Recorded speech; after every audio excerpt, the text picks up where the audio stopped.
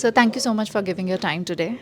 And Chandigarh International Disputes Week, what are you looking forward to with this event?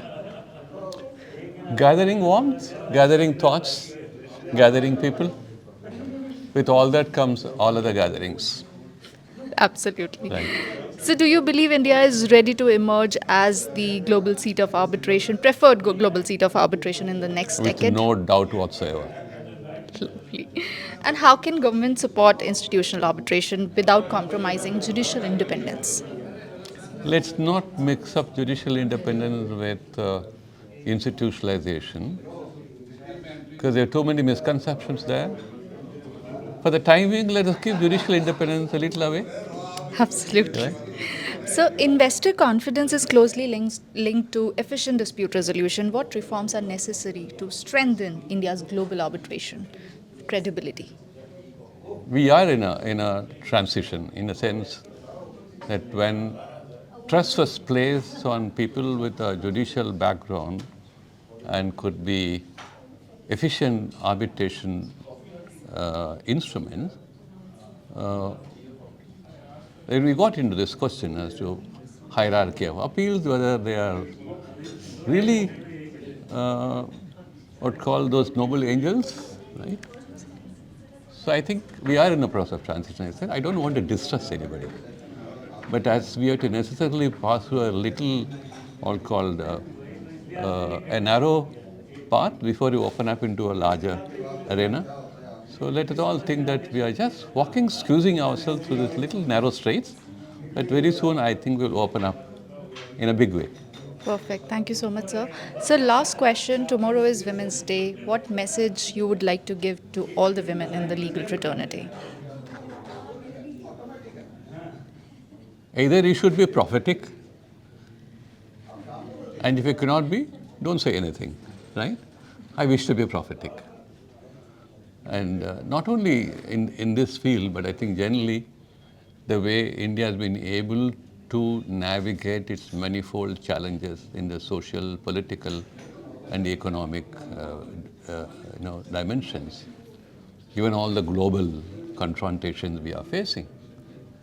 And I also think that our own justice administration is gearing up to all these challenges. And we looked at it from a merely a domestic instrument of justice, but then it has manifold tasks to perform. In that process, we are also trying to understand in what way we need to expand. Where do we need to close some little doors? Where do you open up new doors? I think we are all gathering all those insights. Therefore, I said either you're prophetic or you're not. Thank I you, would sir. definitely like to be a prophet. We have seen a great inflow of women in the legal profession. That by itself is one of the wonderful things to happen in our country. And the other day I was talking at ILI on the transformative potential of the reservation for women in legislative assemblies. Why is it transformative potential? Some laws generate that kind of an expectation and aspirations. Now, law schools have opened up a lot of aspirations. And then you should not end there. The institutions of justice and the legal fraternity must have now a broader, open field and welcome women in as many big ways as possible. And I think if leaders of the bar can do that, well, you take over. Perfect. Please take over.